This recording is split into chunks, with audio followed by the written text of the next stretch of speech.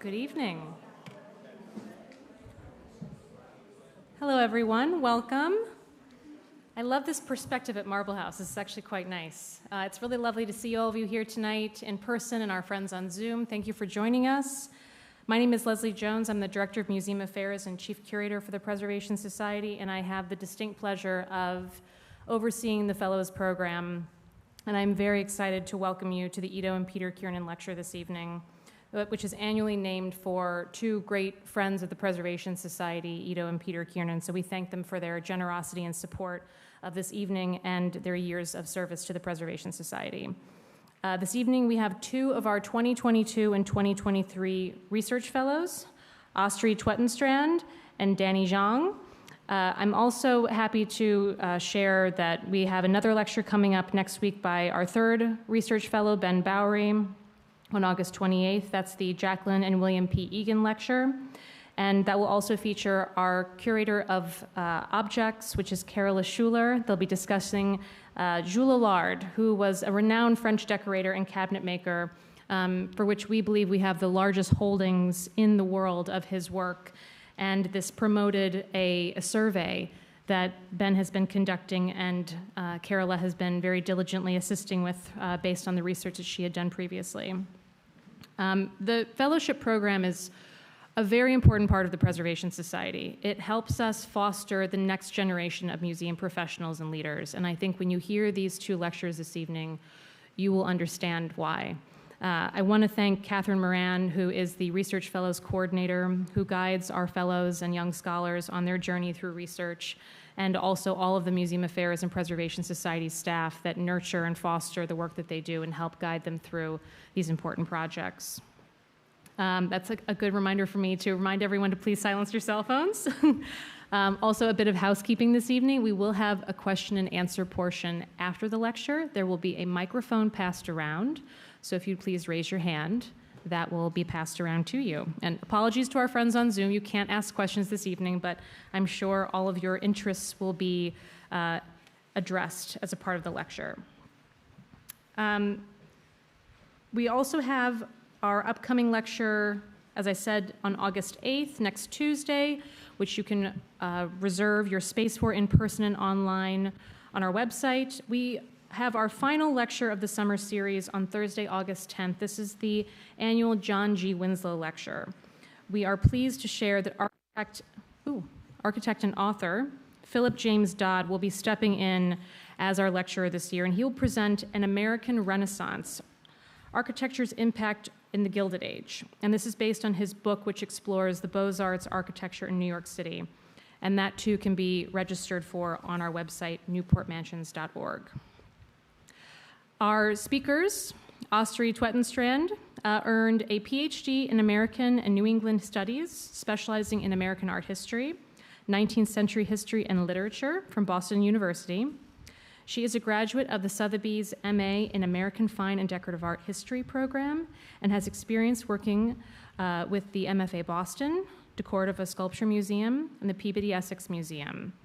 Astrid joined the Preservation Society recently as our permanent curatorial research assistant in July, so we know that her impact will last far longer than just her research fellowship here. Her presentation is titled Kingscote, A Global Experience, and it will explore the untold stories of the residents of Kingscote that she has uncovered through her research and the examination of family travel albums which documented trips to Europe and Asia, David King Jr.'s account books, which recorded his trading practices in China, as well as documentation of the household domestic staff at Kingscote. Her work has enriched our understanding of Kingscote, and we can't wait to employ it into the visitor experience. Following Astrid will be Dani Zhang. Dani received a Master of Arts degree in East Asian Languages and Cultures from Columbia University and has experience working with the American Museum of Natural History and the Asian Handicrafts Association. She most recently contributed to the forthcoming Piecework magazine article, Feathers and Fibers, a remarkable Chinese embroidery in the Newport Mansions. Her presentation, Storytelling Objects, will delve into her research in support of the upcoming exhibition, Celestial City, Newport and China, which opens on September 1st at Rosecliff. So we hope you all will join us there. By examining the Chinese crafted objects in our collections, Dani has illuminated a world of meaning, decoding imagery, identifying previously unknown Chinese artists, and uncovering the nuanced natural nature of traditional versus Western utility. Her work has enriched the Preservation Society's understanding of individual objects and the associated collecting practices of the Gilded Age. And during this complex time, this has helped us to expand and understand the rich and vibrant Chinese-American community of 19th century Newport and America. So without further delay, please welcome our research fellows. First, we'll have Astrid presenting Kingscote, a Global Experience. Welcome.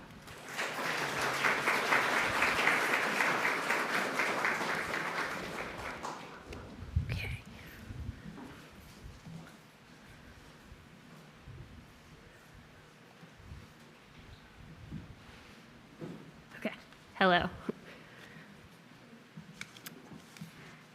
Sorry. Greetings, everyone. Thank you so much for being here today. I am Astrid Tvetenstrand, the former Social History Fellow at the Preservation Society of Newport County. I'd like to start by thanking Eaddo and Peter Kiernan, William F. Lucy, Trudy Cox, Leslie Jones, Catherine Moran, and Nicole Williams, as well as fellows Ben Bowery and Dani Zhang for their support and help throughout this process. My fellowship primarily focused on reconstructing research about Kingscote through a global perspective. When you think about the Newport mansions, immediately the grand homes of the opulent and affluent Vanderbilts, Berwins, and Wetmores flood the mind. You've heard the names, Breakers, Marble House, Rosecliff, and the Elms, but one property under the care of the Preservation Society of Newport County may feel a little less familiar. Built in 1841, Kingscote reflects an earlier period than the Gilded Age for the collection of properties at the Newport Mansions. An antebellum cottage ornée, the Gothic Revival home was designed by noted architect Richard Upjohn for Southern plantation owner George Noble Jones. Its design feels picturesque with its serpentine eaves, medieval-inspired arched doors, romantic towers, and porched roofs. The home was then purchased in 1864 by William Henry King, a China trade merchant. And then it was later cared for by his nephew, David King Jr., who gave the home its colloquial name and also hired famed designer Stanford White to expand the dining room. Up until this time, this was how the property had been explained. Visitors came for the exterior's moody presence along Bellevue Avenue, White's beautiful aesthetic, movement designed dining room, and the installation of opalescent glass bricks in the dining room by Louis Comfort Tiffany. Historically, this is also what research has focused upon. The difficulties of paring down content in a Victorian-style interior bursting with objects and artworks are not small, and with visitors streaming into Newport, the need for concision remains of extreme importance. However, looking at Kingscote as a whole piece of a larger global story brings in new voices and new methods of interpretation. With such great foundational work completed on Kingscote, you may be curious as to why there was a need to re-examine the home and its collection. For me, it was important to research new voices and new stories from the treasure trove of objects and paintings existing in the space. Recently, the Preservation Society's successful reinterpretation of Hunter House and the history of slavery set a wonderful precedent for this type of work.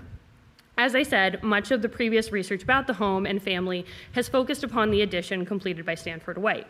My goal was to add to this information and showcase other parts of the house that are equally important. Kingscote has a fascinating history, and I have brought out several key moments in its story to highlight here today. It was designed in 1839 by prominent architect Richard Upjohn for Savannah, Georgia resident and Floridian plantation owner George Noble Jones and his family. Jones maintained a residence in Savannah while also owning 2 plantations in Jefferson County, Florida, called El Destino and Chamonix.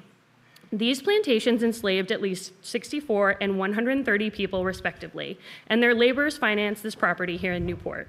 My work in researching this historic property has made sure to include acknowledgments for these individuals and increase research and archival information about their lives.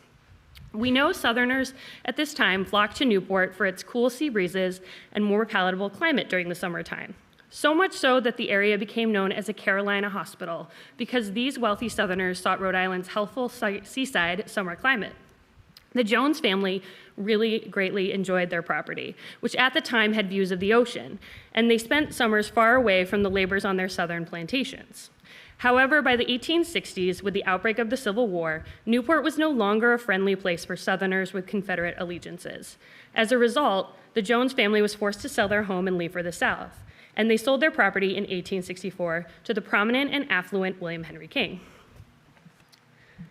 It is important to also mention that during the Civil War, King family members served in the Union Army, fought for the North, and held anti-slavery views. Here is a portrait of Theodore Wheaton King in Kingscote's reception room. Theodore was a nephew of William Henry King and served in the 1st Regiment of the Rhode Island Volunteers during the Civil War and died after a sustained injury at the Battle of Manassas. The portrait is by William Morris Hunt, a Newport artist who maintained a studio on Bellevue Avenue that attracted many students like John Lafarge and William and Henry James.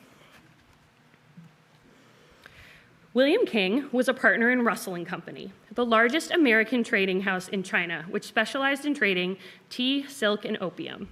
His nephew, David, was also a China trader and partner with Russell and Company, and his family lived there after William. Unlike the previous owner, George Noble Jones, the King family had deep roots in Newport dating back to the early 17th century. William Henry King partnered with some of the wealthiest figures in the world at Russell and Company, including Warren Delano Jr., who was the maternal grandfather of President Franklin Delano Roosevelt. These men amassed sizable fortunes from trading with China and utilized these funds to secure social and economic position in New England. They were also able to bring back ornate objects that emphasized their global experiences and knowledge from places like China, England, France, India, the Netherlands, and Japan. Here is one of the only known photographs of the Delano family's drawing room at Rose Hill, their Hong Kong residence. This image was in the family travel album of David King Jr., and it is an important find because it shows how Americans were living in China during the 19th century. Here, you will also see images from the travel album of Russell and Company's Hong and business offices in Shanghai. This visual documentation allows us to tell the stories of how Americans were traveling and working in China and helps to bring Kingscote into a global conversation. Some of my work on the China trade supported the upcoming exhibition, Celestial City, Newport in China, which opens at Rosecliff on September 1st. When William Henry King endured mental health issues that rendered him unable to care for this property, his nephew David took over management in 1870 and gave the house its official name. From there, Kingscote directly passed through members of David King Jr.'s descendants to Maud Gwendolyn King, and then finally to Gwendolyn Ella Reeves Armstrong. From there, the house remained in the King family until 1972, when the last descendant left it to the Preservation Society. Today, Kingscote is a National Historic Landmark. It is a rare example of a Gothic Revival house and landscape setting preserved intact with original family collections. When David took over, Newport had entered the Gilded Age, a period of spectacular wealth, class competition, and changing design tastes. These factors contributed to David hiring famous designer Stanford White of the illustrious McKim, Mead & White architectural firm to create something very special. The room's contents are seen here are still a large part of the interpretation and remain a focal point due to their aesthetic contributions to the history of art. But the Preservation Society's commitment to diversity, equity, and inclusive initiatives also encouraged us to think about the space as in a global context, and we have sought to elevate the aesthetic and historic value of the other rooms in Kingscote to discuss how they work in conversation with the dining room. As such, the Kings were not the only people to live at Kingscote, and my work has brought the voices and stories of Irish-American servants into the conversation. Here in the 1883 Diary of David King Jr., you will see his ledger for the year as well as how much he paid his employees. Acknowledging servant spaces reminds us that the Kings were not the only people existing along Bellevue Avenue and Bowery Street.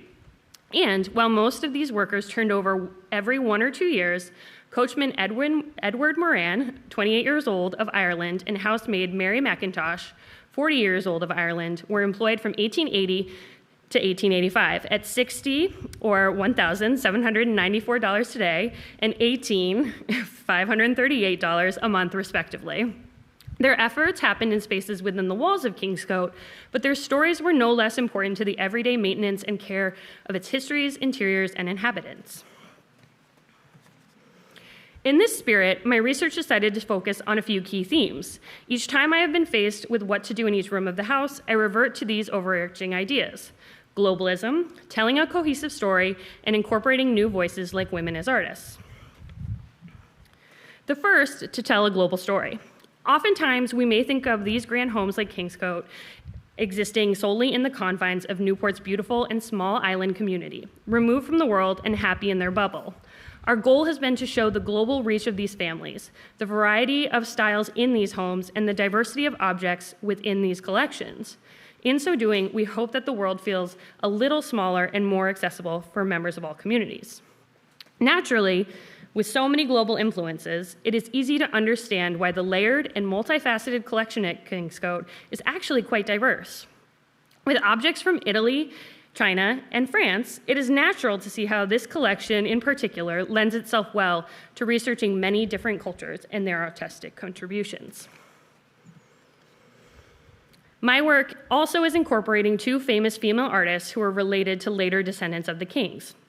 Helen Maitland Armstrong, an American stained glass artist who worked both independently and in partnership with her father, Maitland Armstrong, and whose work is considered among the finest produced in America in the late 19th and early 20th centuries, as well as Margaret Nielsen Armstrong, who was a 19th and early 20th century American book cover designer, illustrator, and author, and is well known for her book covers influenced by the Art Nouveau style.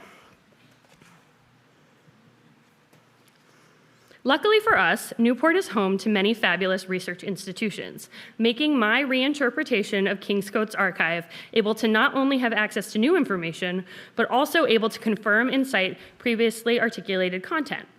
Citing oral history has been of the utmost importance to this project. I visited the Newport Historical Society and looked at the diaries of Mary E. Powell, a neighbor on Bowery Street of the Kings, for information surrounding the architectural and landscape details about the home. At Newport City Hall, I researched the probate records of the home and the King family. This proved extensive for many reasons.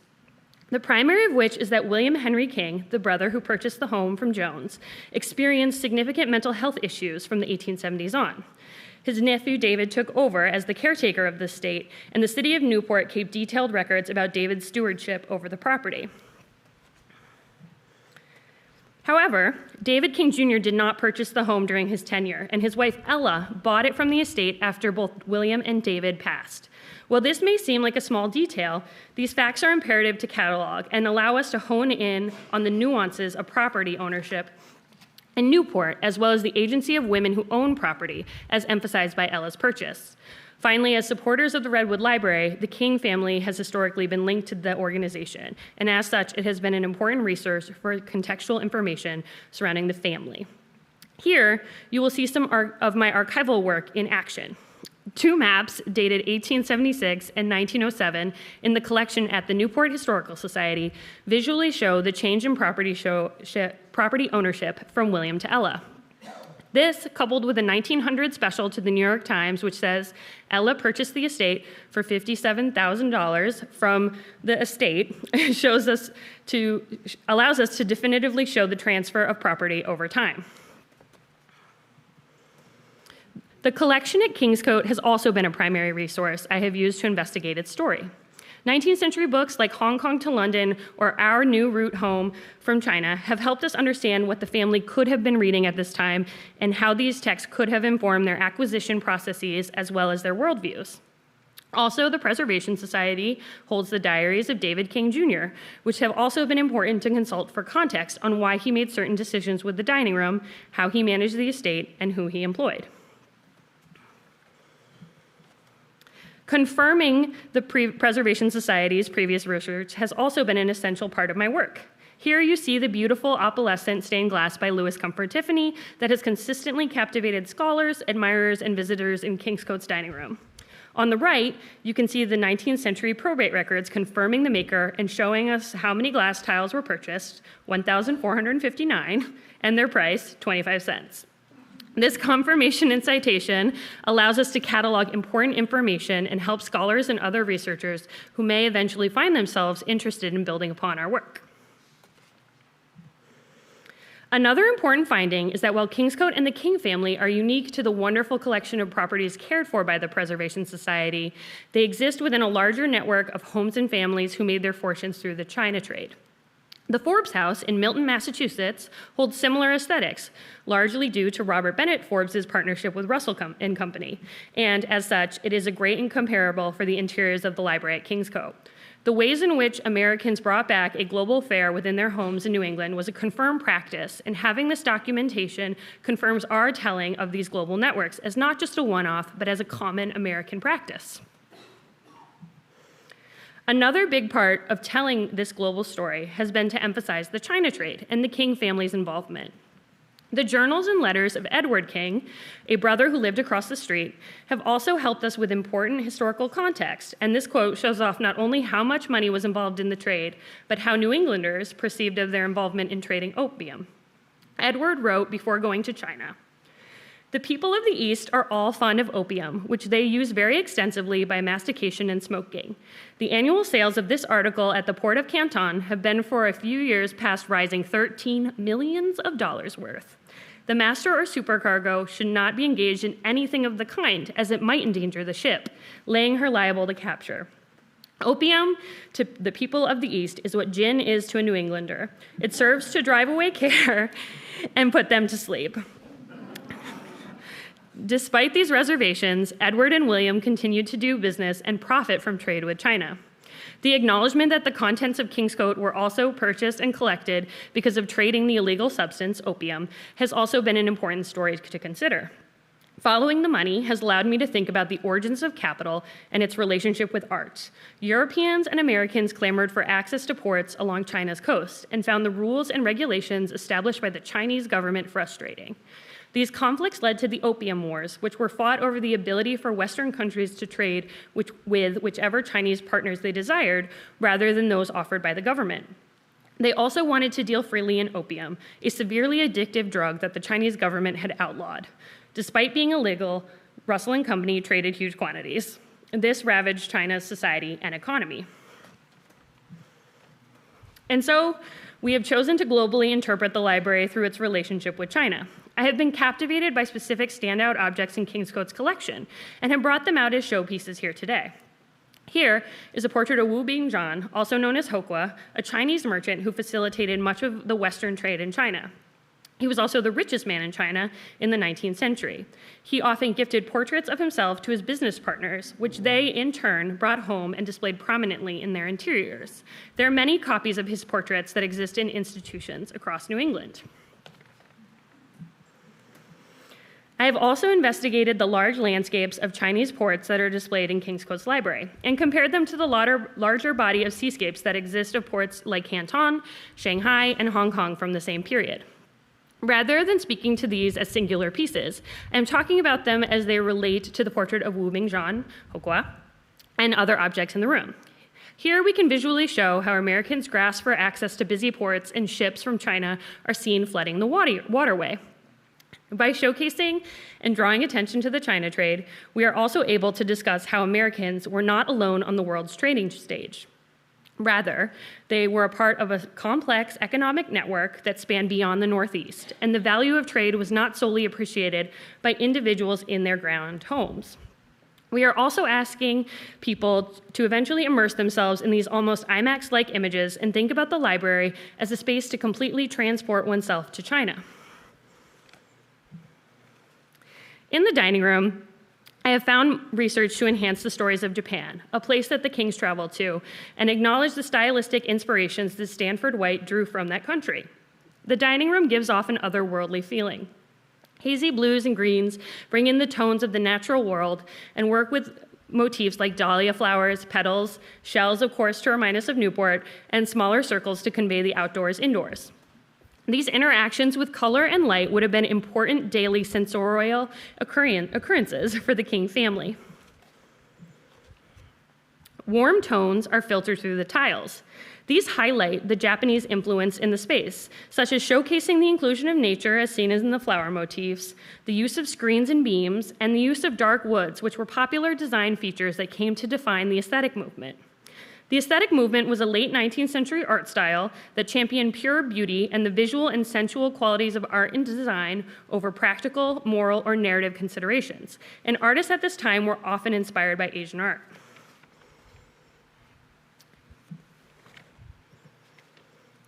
The hallway emphasizes English influences through its commanding representation of Gothic architecture and design. This is best exemplified in the entryway arches, as well as the moldings on the baseboard and stained glass windows, which were designed by Frederick Brothers of Boston. The American Gothic Revival style flourished in the 19th century from 1830 to 1860, and was often chosen for rural settings because it fit in well with the natural landscape. Purveyors of the Gothic style in America include famous architects like Alexander Jackson Davis and landscape architect Andrew Jackson Downing. The components used by these individuals mimic the features that were also being utilized in church architecture as well. These designs were thought to bring the owners closer to God and were thought to encourage higher-minded ideals and thinking within the spaces. Richard Upjohn designed many churches across the United States, and we can see similar components used at Kingscote. In the parlor, there are many works by noted American artists. Here is a tea table and silver repoussé tea and coffee service from 1870, designed by Samuel Kirk and Sons of Baltimore.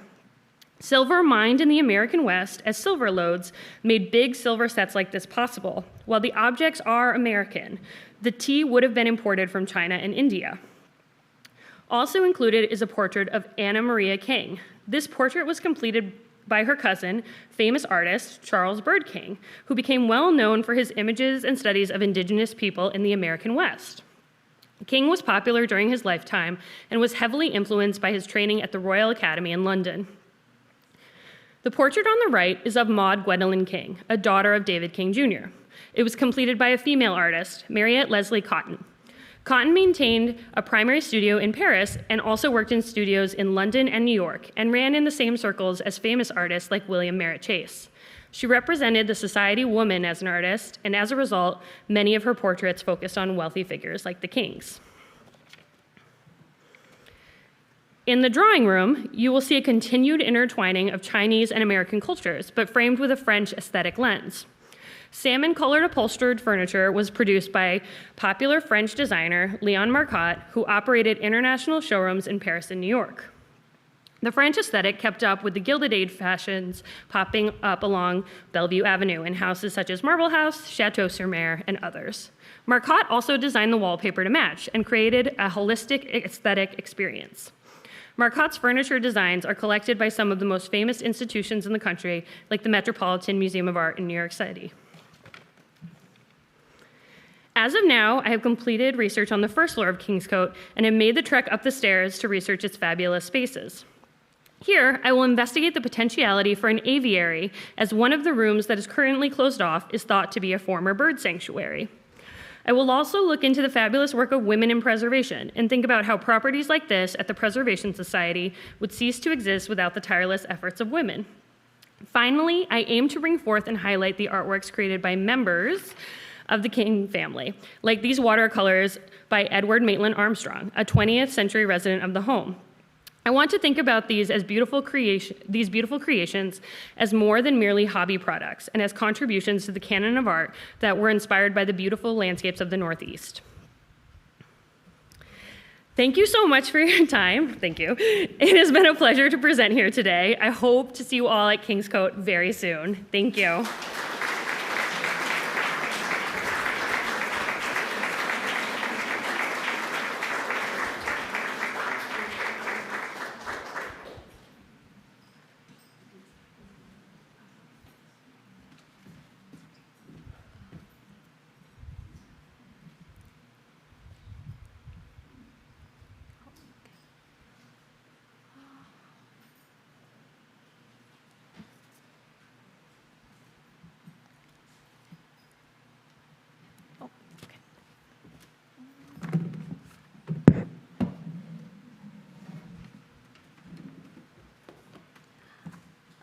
Good evening, everyone. My name is Dani Zhang, and I'm a curatorial research fellow at the Preservation Society of Newport County. My work focuses on researching Chinese export goods and chinoiserie in the collection of the Preservation Society in support of the upcoming exhibition, The Celestial City, Newport and China. My main research objectives were to decode imagery, explore meanings, research craft techniques, and attempt to identify Chinese artisans. Thank you for having me. It's an honor for me to share my experience at the Preservation Society with you all.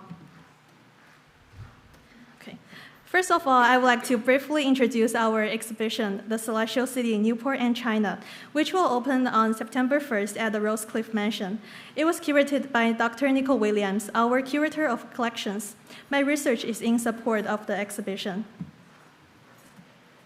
This exhibition is to study Chinese export goods and chinoiserie as vehicles to reveal interwoven histories of Newport and China and illuminate people's life experiences during the Gilded Age in Newport.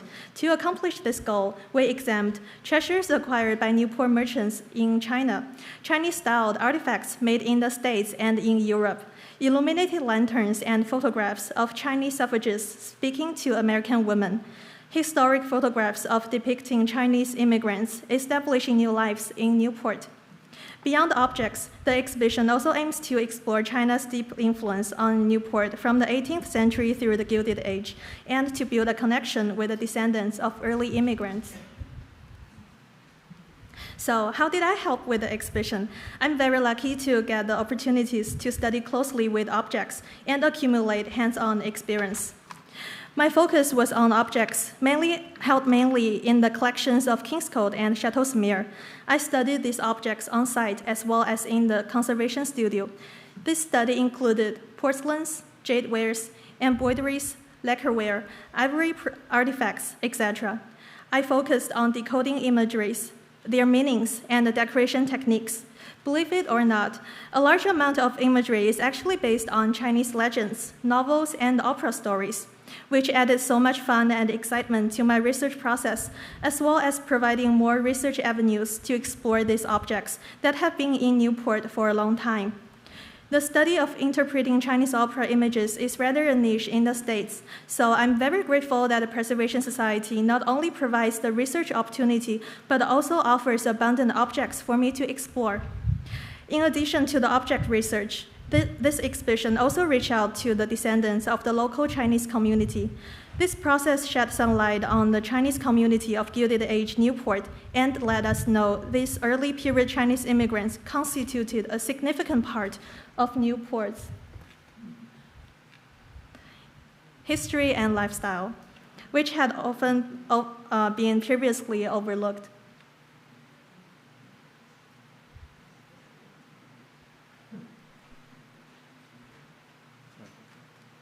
It's okay.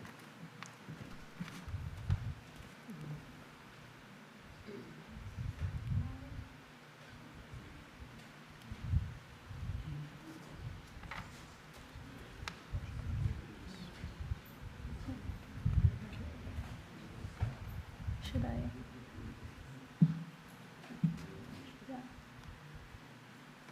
Yeah, thank you.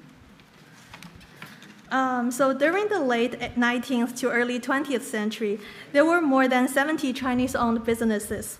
Most of them were laundries and restaurants. This map shows a small fraction of the Chinese-owned businesses that we found. Laundries are marked red on the map. Restaurants are marked blue. Those golden stars are some of the Preservation Society's properties. The one in the red circle is the Marble House, where we are right now. Historic photographs, postcards, and even advertisements in the newspaper all indicate that the Chinese community was once very active in Gilded Age Newport, doing business and providing help to the larger community here. Please pay attention to the top left business, Charles Lai First Class Laundry on 85 to 87 Thames Street. The laundry business was later owned by Gum Lee. We were very lucky to find his descendant, his grandson, Terence Lee, and got the opportunity to interview him. This photo was taken as he is introducing himself at the beginning of the interview. The next shows me asking him some questions.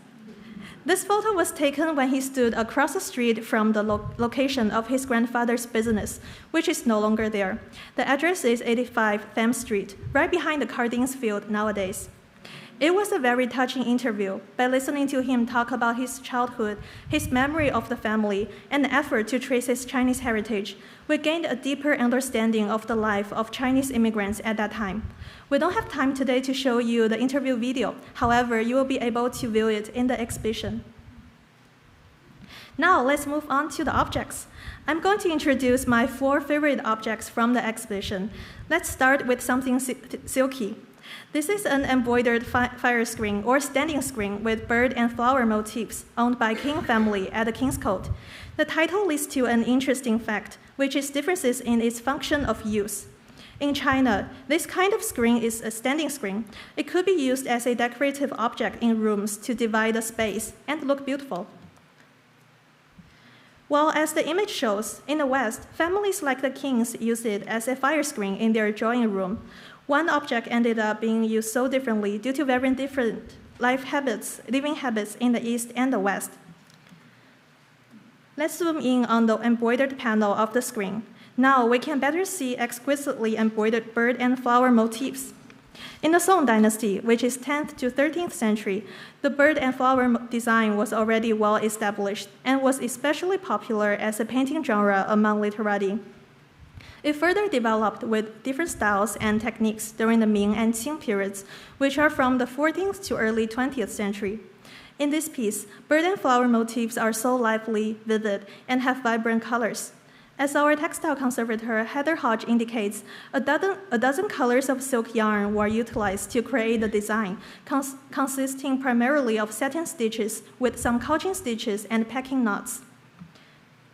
Zooming in once again, we can find phoenixes elegantly perching on the Chinese parasol tree. In mythologies, that's the only type of tree that phoenixes will perch on.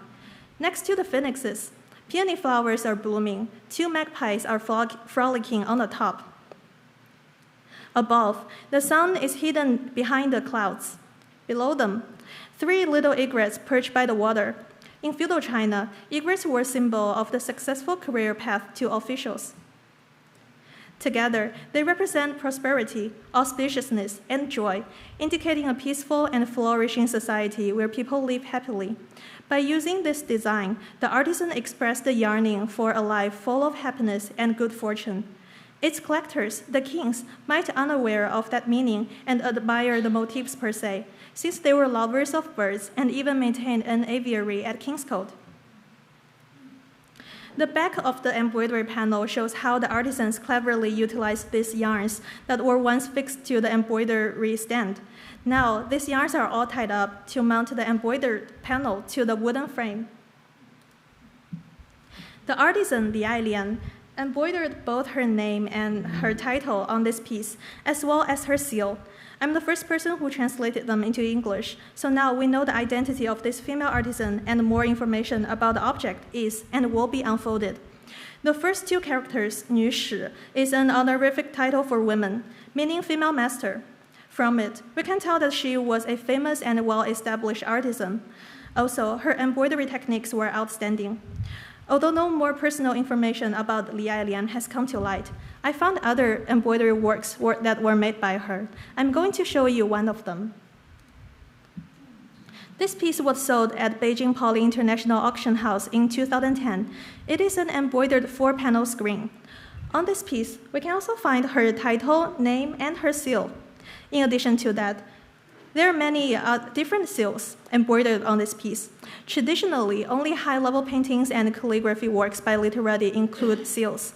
Thus, these embroidered seals on Li Ailian's piece are telling us that she was very confident with her works and believed they were comparable with fine paintings and calligraphy works. These extant works by her hand underscore her skills, as well as suggest her works were valued and preserved over time. On the surviving pieces by Li Ailian, bird and flower motifs recur. They point to Li Ailian's personal interest or specialization in this category. In addition to silk products, porcelains were also popular export goods and were once called white gold. The next object is a porcelain garden stool at Chateau-sur-Mer, owned by Wetmore's. a China trade merchant family. This is a very intriguing object. From the original information in the database, it didn't mention its manufacturing techniques and simply recorded the style as the rose medallion. After taking a close look, I believe the technique should be fencai, known as family rose in Western terms. Family rose is actually a very general term for Qing dynasty porcelain with overglazed enamel. It is classified in Chinese by various terms according to techniques. The technique of this stool resembles fencai, which is notable for soft gradations in color, almost like Chinese watercolor paintings. This is due to an opaque white glaze that artisans use before they paint other colors. In addition to that, I also noticed that the motifs on it actually came from an opera story.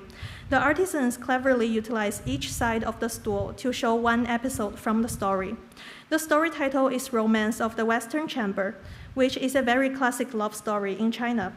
It was written in the Tang Dynasty, which is 7th to 10th century, and adapted for opera in the Yuan Dynasty, which is 13th to 14th century. The story was about a forbidden love affair between the noble lady Cui Yingying and a young scholar named Zhang Gong.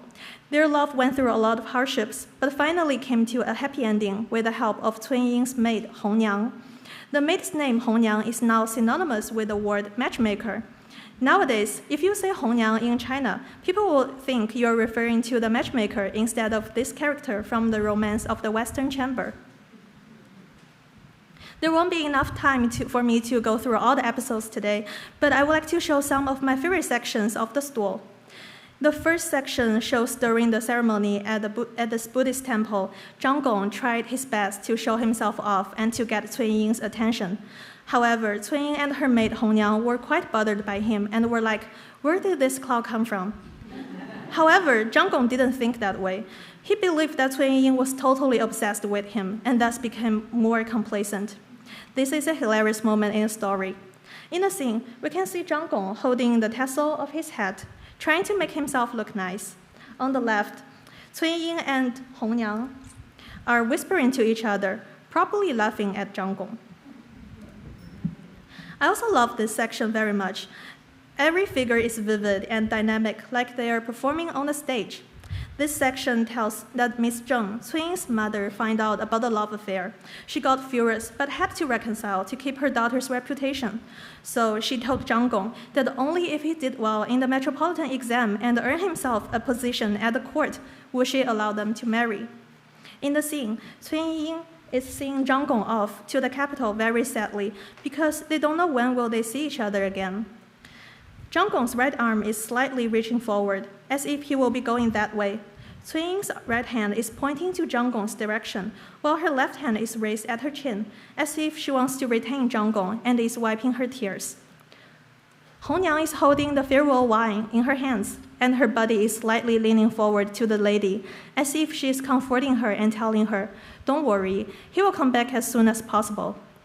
The landscapes, mountains and rivers in the background also imply that Zhang Gong is going on a long trip. The top section of the stool was supposed to have the most important episodes of the story, the development of Cui Ying and Zhang Gong's relationship. But unfortunately, the glaze was worn off by the Wetmore family's daily use, so we don't know how exactly the artisans painted this section. However, the missing imagery also reveals valuable insight into the frequency and the utility of this beautiful garden stool by Wetmore family. We already know that in the East, people use them as garden stools outside the houses. A porcelain plate at Chateau-sur-Mer happens to have two garden stools in the scene. One is a porcelain garden stool placed in this pavilion. The other one is a wooden garden stool on which a man is seated. The plate is a loaned object and is located in Chateau-sur-Mer. So if you are curious and get a chance to visit the mansion, you will find it on display in the cupboard in the pantry. On the other hand, in the West, these garden stools are used as end tables inside the house. They often are used to display a scented candle or hold a coffee tray or anything else one might want nearby. Thus, this type of use resulted in the loss of glaze and the most important images. If the top section was still complete, it should include the scene where Hongyang helped Cun Ying and Zhang Gong meet each other at night, as well as how Cun Ying's mother found out about the love affair, became furious, went to flog and question Hongyang. I found woodblock prints which depict these episodes from the Museum for East Asian Arts in Germany, just to give you an idea of what they may look like. This page shows Cun Ying listening to Zhang Gong playing an instrument at night. This page shows Zhang Gong jumping over the wall with Hongyang's help to meet Cun Ying at the west chamber. He's right here. On this page, a lantern with 3 sides, each painted, features Zhang Gong, Miss Zheng flogging Hongyang, and Cun Ying. The artisan cleverly utilized 3 sides of the lantern to divide 3 groups of people to indicate that they were in different spaces. But since all of them appear on the same page, viewers will know that they were all involved in this incident.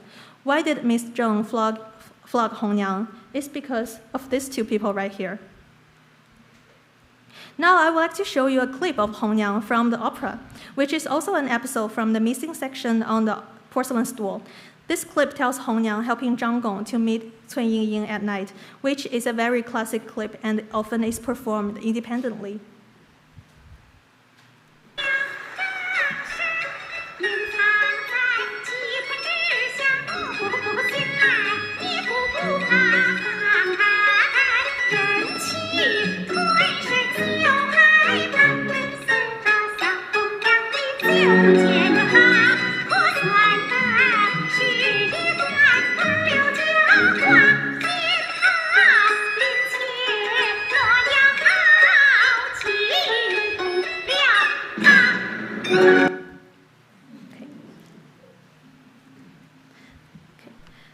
After the storytelling porcelain stool, let's take a look at the lacquer panel that seems to depict a festival.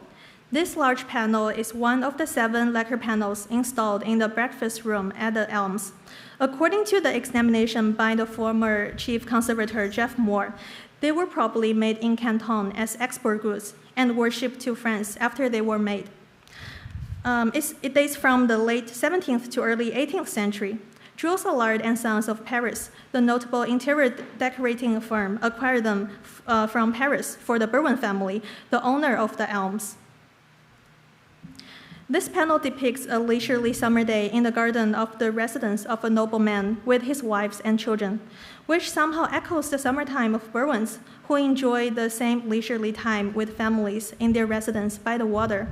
I wonder if Berwins also thought this way when they had these panels installed in their mansion.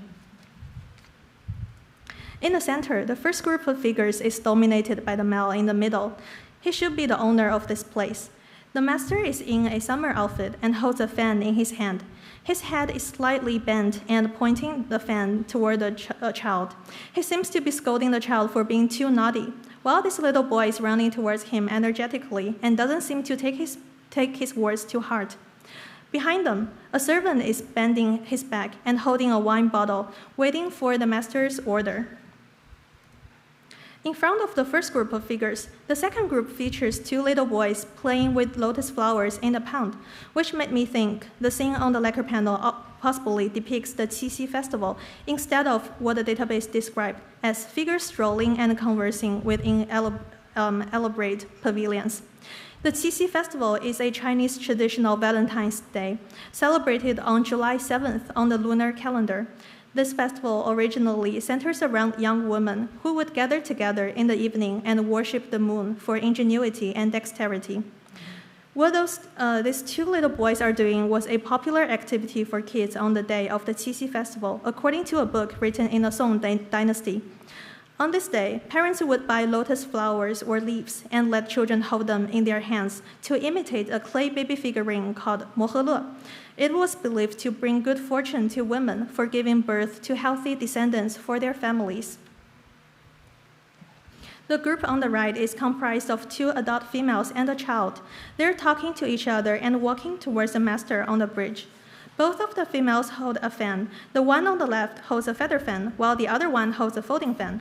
Due to their gorgeous and ethereal costumes and fans, they should be either the wives of the master or guests, but not maids. Maybe one is the wife and the other one a guest. The group on the far left consists of two females. The one on the right is in an elegant costume and holds the red coral in her hand, as if she is showcasing her cherished collection. The red coral is a very precious natural jewel and is also one of the 7 treasures of Buddhism. People often believe that it has the effect of warding off evil spirits, praying for good fortune, and keeping the peace. Thus, holding the red coral not only represents the festive ritual, but also symbolizes the wealth and prosperity of the household. Behind the master's group, another group consists of 3 figures, which is dominated by the woman on the left. She appears to be one of the master's wives. The maid on the right holds a qing, a Chinese traditional 7-string instrument. These 2 females are looking at each other. It seems that they are having a conversation about the music. The madam is either going to play the qing or is preparing a cozy spot for the master to play the qing later. Next to them, a child is looking in the master's direction and considering joining him. To summarize, with the master as the visual center and the rest groups of figures leaning toward him while also focusing on their own activities, the painters depicted a vivid and dynamic scene of a noble family that has many children celebrating a summer afternoon, possibly on the day of the Qixi festival. The lacquer panel shows us an ideal family life at that time, which is wealthy, harmonious, and surrounded by lovely children. This implication might also attract bird-winds. The border of the lacquer panel is painted with landscapes, swallows that symbolize loving couples and bring the sense of spring, magpies circling a plum tree, implying a Chinese idiom, the joy on one's face, as well as lions that represent power and reproduction. In a nutshell, these motifs and narratives all have very auspicious meanings, especially for one's family life. After looking at these large objects, let's shift our attention to this small and delicate jade carving that is also on display at the Elms. It was gifted to the Preservation Society by Edward Berwin's nephew, but Edward Berwin also collected jades, including table screens like this one. This late Qing period white jade table screen has the motif of fishing, woodcutting, farming, and reading. Fishing, woodcutting, farming, and reading depicted together is an idiom called 鱼桥耕读 in Chinese, which stands for the 4 most important occupations in Chinese agrarian society in the past, and also represents the most basic lifestyle at that time. It was also used as a symbol by officials to indicate their life after retirement. That's why they appeared a lot on the stationery in the official study room. Displaying a table screen like this is like us putting vacation photos on our office desks. Take a close look at the jade carving. On the top left, a woodcutter is holding a bundle of firewood on his shoulder. Below him, a fisherman is carrying a fishing net on his shoulder and walking toward the river. On the right, a scholar is reading in a pavilion. On the bottom left, a shepherd boy is playing the flute on the back of an ox, which stands for farming because Chinese people raised cattle to plow in the past. As mentioned before, these 4 occupations were once very significant for Chinese society and were used as symbols of the ideal retirement life. Beyond that, this motif also shows a common wish for literati of being hermits. It reveals their passion for the natural landscapes and pursuit of inner peace, instead of hustling in the mundane world and competing against other people. It's important to mention that we alter the detailed image on the left to make each figure easier to see. As a comparison, the one on the right is what you will see in reality. You can see it's kind of difficult for viewers to recognize each figure and the messages that the object tries to deliver without looking very closely. This is not unique to this table screen. This phenomenon also appears in many other Chinese artworks, such as the embroidered screen, the porcelain garden stool, and the lacquer panel that we just viewed together. Some of them have hidden stories, some of them imply specific meanings, but many of them fail to be decoded because they are just too subtle. This practice indicates a type of cultural connoisseurship which requires fine eyes and close looking because artworks are not only hard to view but also takes time to understand. This is what makes our exhibition meaningful, to be able to offer an insider's view of several objects from our collection to the modern audience. This exhibition brings with it a totally new perspective and enables the objects themselves to tell us new stories. Moreover, I feel grateful that my research results could contribute further in general, such as the future tours of the mansions. That's all for my presentation today. We briefly went over the exhibition and looked into 4 objects with different media and techniques: embroidery, ceramics, lacquerware, and jade carving.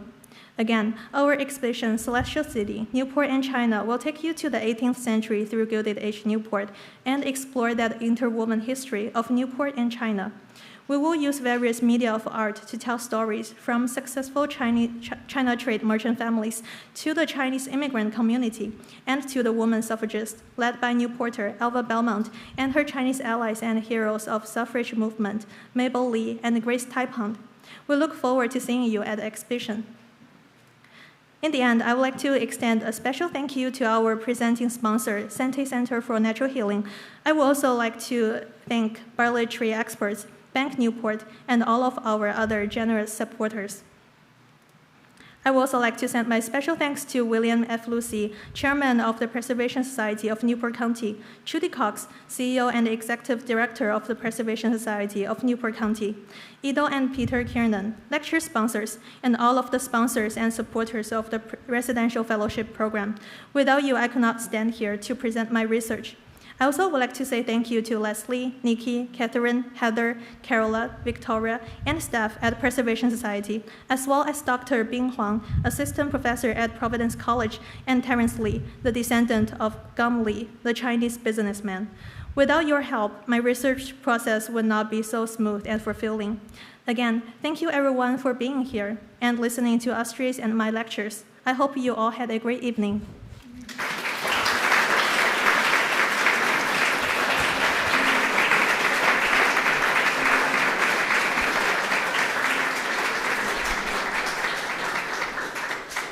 Thank you so much, Astrid and Dani, for wonderful lectures. At this point in time, I would like to invite you both back on the stage to answer any questions.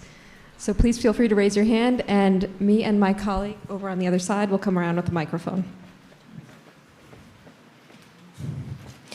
I might actually start us off while people think about their questions. And Astrid, did you have a favorite room? You've spent a lot of time in Kingscote. Do you have a favorite room after all of your time there? Yes, well, I actually think the library is very understudied and a little undervalued because it's right before the dining room and you can see the dining room through it. But if you take a moment, just like a couple extra minutes or so, you can really see all the different intricacies of all the different objects in there. There's a wonderful William Morris English bent willow wallpaper in there, and some of it is original as well. So every kind of turn in the library becomes another interesting kind of treasure trove find. And Dani, do you have a favorite object that you've worked on in your research? There's a lot, but I really like Li Ailian's embroidery panel, and also there is a porcelain bowl with deer and rabbit motifs that you will see both of them in the exhibition. So be sure to come out on September 1st when the exhibition opens at Rosecliff. Hello. Dani, you showed a slide of the Delano house, right, in Hong Kong, I believe? Yeah. And I'm sorry, Astrid. And it looked like the portrait of the Chinese man that is in the Kingscote Library was in that photo. Is that right? Was that you did mention that there were several copies of that painting? Yes. I don't know why I'm leaning in. There are many copies. It was very common for Chinese artisans to make a lot of copies of Hokwa in particular because he was the richest man in China. That portrait is actually a copy based on a portrait by an English artist, George Chinnery, who was producing a lot of portraits in Canton and along the coast of China of different artisans, but particularly for a Western market. So a lot of Chinese artisans started to become kind of hip to this practice and realized that they could also be producing copies. So lam kwa was the most popular, and then it just kind of filtered down from there. So There's one in the collection at the Peabody Essex Museum. There's one at the Museum of Fine Arts. There's one at the Philadelphia Museum of Art as well. And if you look at the provenance records, all of them kind of can be traced to different trading partners at Russell and Company. So again, he was giving them as gifts as well. And yeah, they were produced quite widely. But the one in Kingscote is the best. Obviously. They did the best job putting it together. Thank you. Any other questions this evening? Well, thank you both so much, Dani and Astrid, for wonderful lectures.